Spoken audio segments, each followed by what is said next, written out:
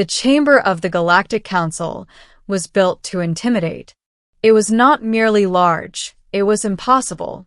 A hollow sphere kilometers wide, suspended in vacuum, its interior lined with translucent platforms that shimmered like frozen starlight. Delegates from 100 species hovered, perched, or anchored themselves in ways that defied human understanding. At the center floated a single platform. That was where she stood. Commander Ilera Ven of Earth. Human. Unaugmented. Unremarkable by their standards. And yet, every eye, lens, sensory filament, and quantum perception array was fixed on her. "Proceed with your theory," one of the elders said, its voice layered across frequencies no human throat could replicate. Ilera took a slow breath. She could feel it, the weight of their judgment. Humanity had been admitted to the Galactic Council barely 2 years ago. Not because they were powerful, not because they were advanced, but because they were strange, unpredictable, resilient, difficult to categorize. And that made the Council uneasy. Ilera tapped the console before her. A holographic sphere blossomed into existence. Earth, spinning in blue and white. "My proposal," she began, her voice steady, "is what we've termed the Earth theory. It suggests that human survival traits, resilience, adaptability, emotional bonding, and reflexive self-sacrifice are not anomalies." A ripple of skepticism passed through the chamber. "They are," she continued, "a functional survival system, one that allows humans to operate effectively under chaotic, high-threat conditions where logic-based species fail."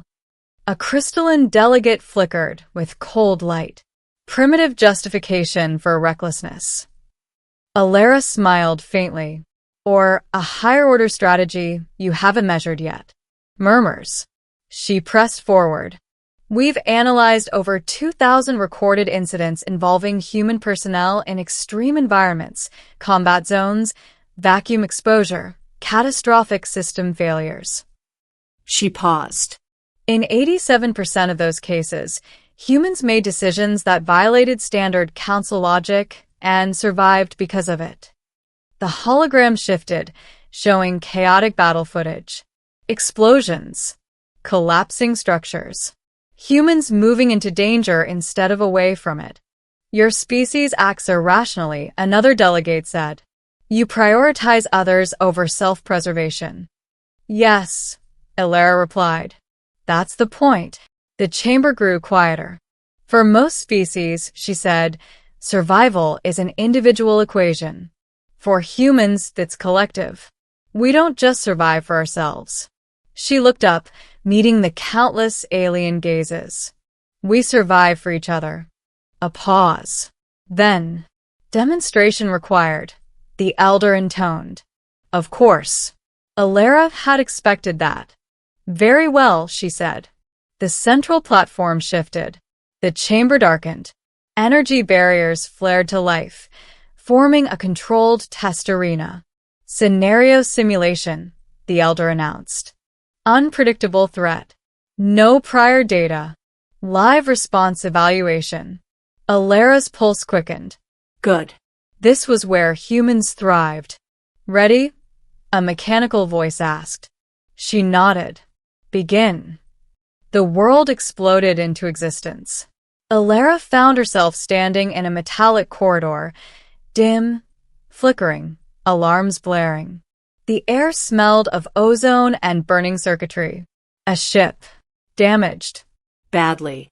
Her training kicked in instantly. "Status," she muttered, scanning the environment. No response. "Of course not." "Simulation." She moved. Fast. The corridor was unstable, gravity fluctuating, sections of the floor phasing in and out. Sparks rained from the ceiling. Then she heard it. A scream. "Human." Without hesitation, she ran toward it. Subject demonstrates immediate risk-seeking behavior, a distant observer noted. Ilera didn't hear them. She rounded a corner and saw the source. A young crewman, pinned beneath a collapsed support beam. His leg twisted unnaturally. Blood pooled beneath him. "Help, please." "I've got you," Alara said, already moving. The beam was massive. Too heavy. She didn't stop to calculate. Didn't stop to consider. She just acted. Bracing herself, she heaved. Muscles screamed. The beam shifted just enough. The crewman cried out as she dragged him free. "Can you move?" she asked. I think so." "Good. Stay with me." Another explosion rocked the corridor. The lights died. Emergency red flickered on. And then, the scanner activated. A council device, hovering into existence near the ceiling. It pulsed with blinding white light, analyzing every movement, every heartbeat, every neural signal. "Data collection initiated," the elder said. Alara barely noticed it. She had a job to do. "Exits this way," she said, pulling the crewmen along. They moved through the collapsing ship, each step a gamble. Then the temperature spiked. Her skin prickled. Instinct screamed. "Get down," she shouted. Too late. The wall ahead ruptured, and something impossible tore through. A bolt of plasma, white-hot, blinding, moving faster than thought. The scanner flared. Overloaded. Energy levels exceed predictive models. The observers' voices faltered, because what happened next wasn't supposed to be possible. Time slowed. At least, that's how it felt to Alara. Later, the council would analyze it frame by frame, trying to understand. But in that moment, there was no analysis. No logic. Only instinct. The plasma bolt was heading straight for the crewman. He wouldn't survive. There wasn't time to move him. There wasn't time to think. So Alara did the only thing her body and her species knew how to do. She stepped in front of it and raised her hand. The council would later argue about what happened in that fraction of a second. Some claimed it was a reflexive shielding motion. Others insisted it was an unconscious attempt to redirect the energy. A few suggested it was pure madness. But the data told a different story. As the plasma bolt struck, Alara's body reacted. Not with strength, not with speed, but with something else. Her nervous system fired in a pattern never before recorded. Her muscles tensed in perfect synchronization. Her stance shifted, micro-adjustments aligning her body with the incoming energy. And when the bolt hit her hand, she didn't disintegrate. She caught it. It wasn't clean. It wasn't graceful. It was raw, brutal, and utterly human. The plasma burned. It should have vaporized her instantly. Instead, she screamed, teeth clenched, muscles shaking, as she forced her hand forward, redirecting the energy away from the crewman.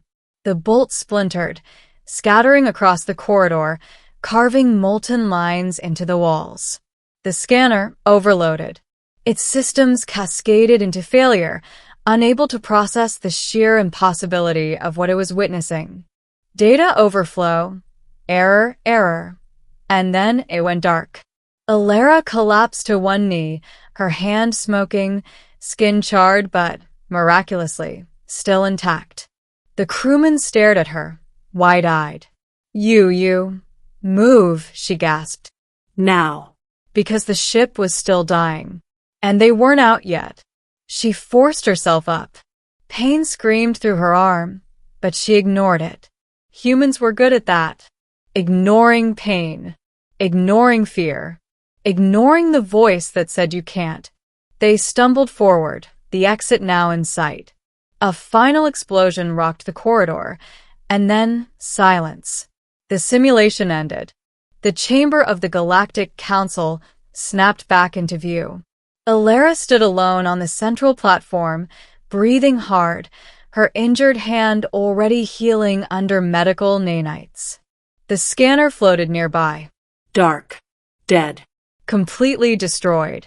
For a long moment, no one spoke. Then, Impossible, one delegate whispered. Violation of physical law, another said. No, the elder replied. Its voice carried something new. Not skepticism, not dismissal, but interest.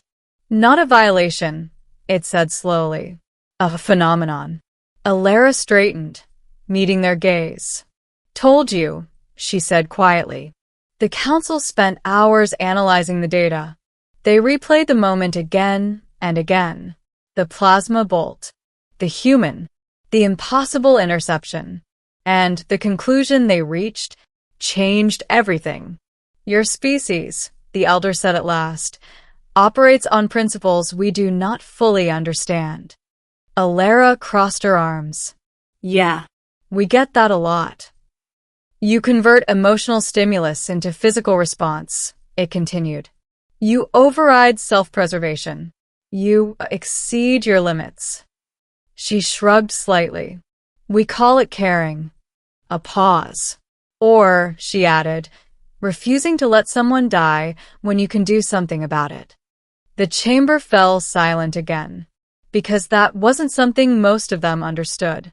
The Earth theory, the elder said, is accepted. A ripple of shock spread through the council. Accepted. Not tolerated. Not dismissed. Accepted. But, it continued, further study is required. Alara smirked. Of course it is.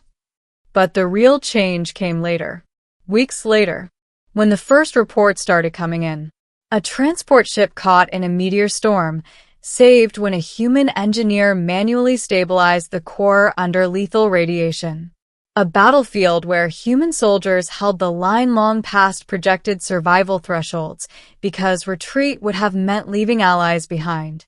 A research station where human scientists dove into a reactor breach and came out alive. Again, and again, and again. The council began to understand. Not completely, but enough. Humans weren't just resilient. They weren't just unpredictable. They were something else. Something that turned impossible situations into survivable ones. Something that broke models.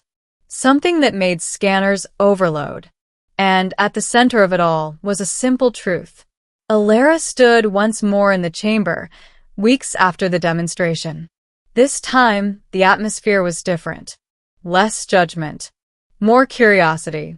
Commander Venn, the elder said, we have a new designation for your species. She raised an eyebrow. Oh.